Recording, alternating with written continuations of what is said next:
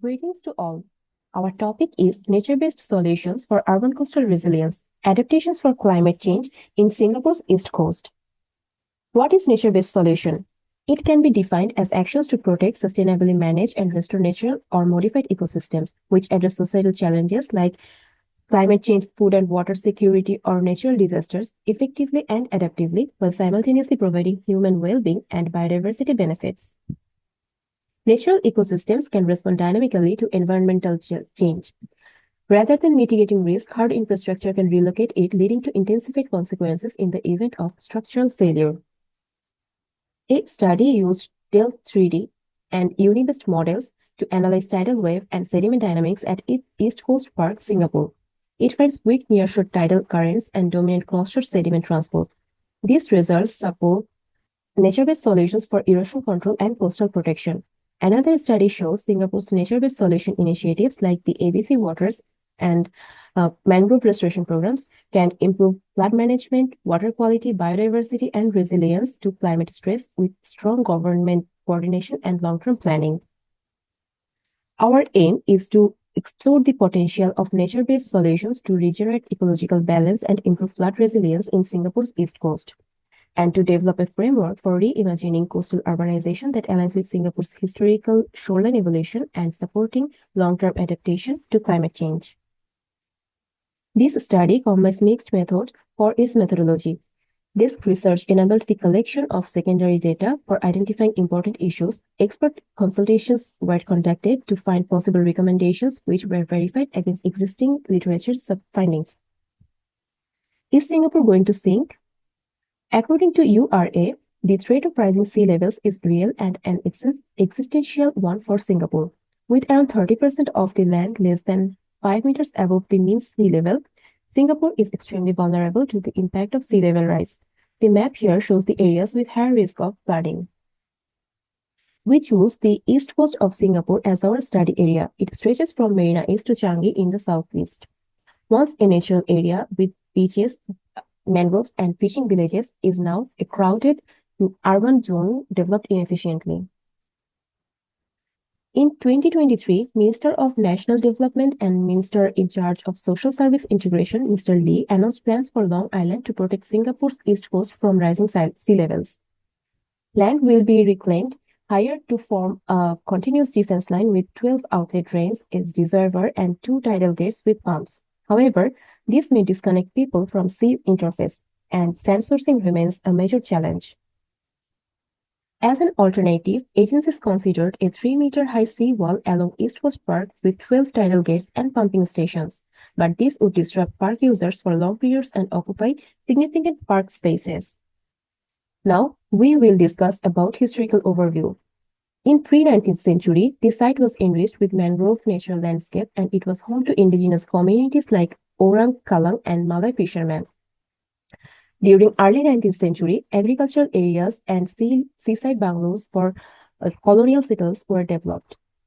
In late 19th century, emergence of industrial growth and traditional shop houses was seen. During early 20th century, industrial zone and residential zones expanded. In 1940s to 1960s, urban development in eastern portions Bedok area was significant.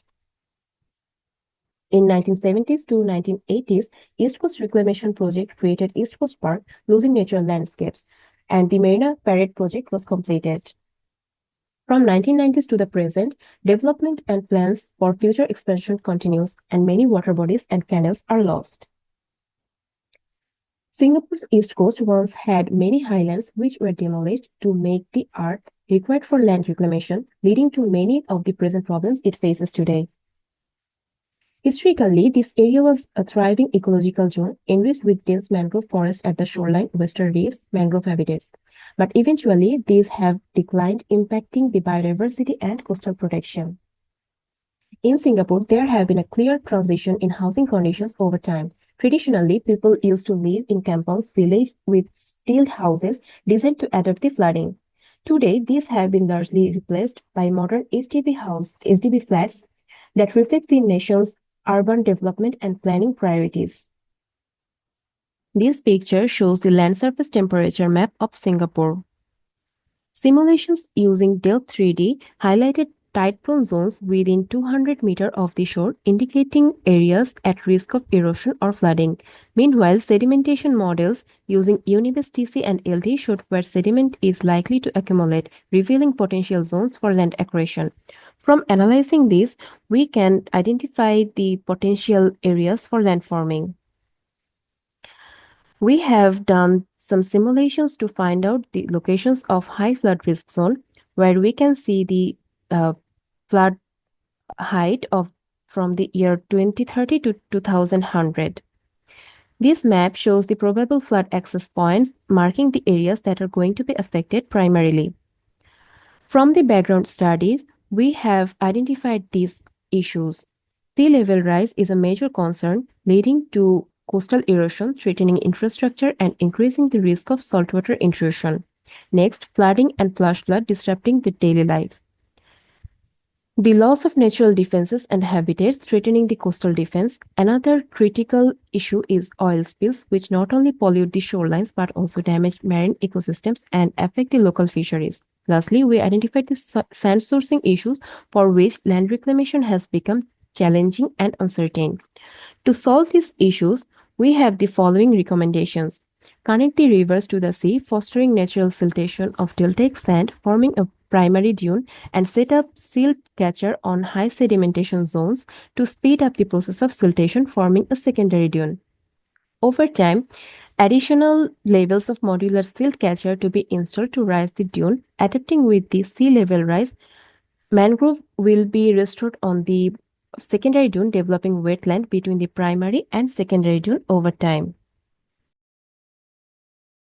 Now, if we look at the land development phasing, development of highlands on strategic locations based on flood risk and sedimentation map, layering wetlands on strategic locations to soak flood water, reclaiming land to the optimal threshold width according to depth map, developing dune layer on high sedimentation zones to dissipate wave, developing optimal mangrove layer to neutralize storm surges.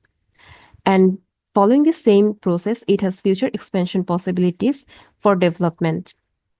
So, the integrated nature-based solutions for long-term sustainable coastal adaptations are freshwater reservoir that provides water security, flood control, and recreational opportunities, lowland with least settlement and recreational activities, highland for settlement, wetland that stores water, prevents storm surge, mangrove that provides flood resilience and contribute to carbon sequestration, marsh that buffers wave action, dune that adapts with sea level rise, western reefs that boosts marine habitat, blue dune that breaks wave. As sand sourcing is a challenging issue for land reclamation, we can integrate this affordable and sustainable method using recycled waste from landfill as an alternative to traditional sand sourcing method. Our proposal starts with excavating waste from ICCAUA landfill, mainly incineration bottom ash. This ash is then processed by mixing it with 5 to 10% cement by weight. Incineration bottom ash can be converted into new sand, which has already been used in constructing benches and footpaths. Combining incineration ash with captured carbon dioxide to create carbonate compounds can produce strong alternative sand. This process not only reuses waste material but also sequesters carbon, helping to mitigate climate change. The other recommendations are to develop the settlements on pilotis with adaptive ground floor, allowing repurposed use of the space during flood, green corridor along the roads and riparian zones along the rivers, green roofs and urban farming for food security. To conclude, Singapore East Coast is highly vulnerable to climate change impacts. This research analyzes the vulnerabilities of the area and emphasizes the critical role of nature-based solutions for fostering urban coastal resilience. The findings contribute to direct a sustainable development framework for East Coast, promoting long-term sustainability by working with nature rather than against it. Future research should explore site-specific nature-based applications, assess their long-term effectiveness, and integrate them into broader urban planning and policy frameworks.